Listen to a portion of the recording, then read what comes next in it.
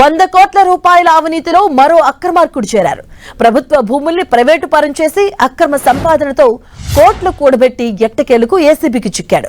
Medchal Malkajgiri special grade deputy collector మరి వంశీమోహన్. దీంతో ACB అధికారులు ఆదాయానికి మించిన ఆస్తుల కేసు నమోదు చేశారు.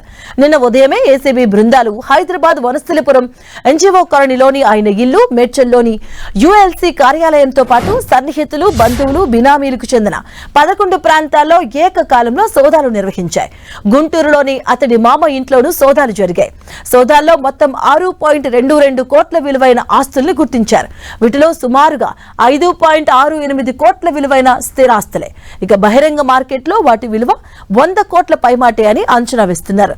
ఇక సోదాల అనంతరం వంశీమోహన్ ను అరెస్ట్ చేసి రిమాండ్కు తరలించారు. వంశీమోహన్ 2019-23 మధ్య కాలంలో షేర్లింగంపల్లి తహసీల్దార్ గా పనిచేశాడు. ఈ మండలంలో విలువైన ప్రభుత్వ భూములను ప్రైవేట్ వ్యక్తులకు, సంస్థలకు కట్టబెట్టడంలో కీలకంగా వ్యవహరించినట్లుగా ఆరోపణలున్నాయి. షేర్లింగంపల్లి, మియాపూర్, గుట్టల బేగంపేట, మాదాపూర్, ఖానామెట్, గచ్చిబౌలి, గోపన్పల్లి, హఫీజ్పేట తదితర ప్రాంతాల్లోని వేల కోట్ల విలువైన ప్రభుత్వ భూములు వివాదాల్లో ఉండగా ఓవైపు కోర్టు కేసులు నడుస్తూ ఉండగానే మరోవైపు ప్రైవేట్ వ్యక్తులు ఈ భూముల్లో పాగా వేశారు. ఓ కలెక్టర్తో కలిసి వారికి సహకరించడం ద్వారా వంశీమోహన్ పెద్ద ఎత్తున ఈ లబ్ధి పొందినట్టుగా ఆరోపణలున్నాయి. ఇక అబ్దుల్లాపూర్ మెట్ తహసీల్దార్ కార్యాలయంలో ఏసీబీ అధికారులు శుక్రవారం రాత్రి వరకు సోదాలు నిర్వహించారు. సెలవులో ఉన్న అక్కడి తహసీల్దార్ ను రప్పించి మరీ రికార్డులను పరిశీలించారు. మండలంలోని పిగ్లీపూర్ గ్రామం సర్వే నంబర్ 17లోని 8 ఎకరాల వివాదాస్పద వ్యవసాయ భూముల లావాదేవీల గురించి కూడా ఆరా తీశారు. రికార్డులను స్వాధీనం చేసుకున్నారు. ఆ భూములపై ప్రభుత్వం, ప్రైవేటు వ్యక్తుల మధ్య ఎప్పటి నుంచో వివాదం నడుస్తూ ఉండగా ఆ భూముల్ని వంశీమోహన్ తెలివిగా కాజేసినట్టుగా ఆరోపణలున్నాయి.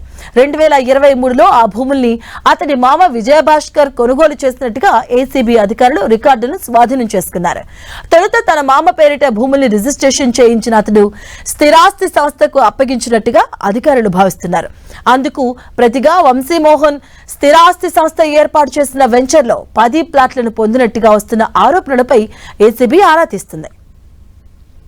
ఎప్పటికైనా ఏసీబీ తనపై దృష్టి సారిస్తుందని వంశీమోహన్ ముందే ఊహించినట్టుగా కనిపిస్తుంది. సోదాల్లో పెద్దగా విలువైన పత్రాలేవీ లభించకపోవడాన్ని బట్టి ఈ విషయం అర్థమవుతుంది. వనస్థలిపురంలో ప్రస్తుతం అతడి ఇంట్లో ఉంటున్నటువంటి దానికి సంబంధించిన పత్రాలు సైతం లేకపోవడాన్ని అధికారులు ఈ అంచనాకు వస్తున్నారు. అతడికి చెందిన 2 లాకర్స్ ను గుర్తించి తనిఖీ చేశారు. తండ్రి విశ్రాంతి ఉద్యోగి కాగా వంశీమోహన్ ప్రస్తుతం డిప్యూటీ కలెక్టర్ హోదాలో ఉన్నారు. లాకర్లలో చూస్తే ఖరీజ బంగారు ఆభరణాలు సైతం లేవు.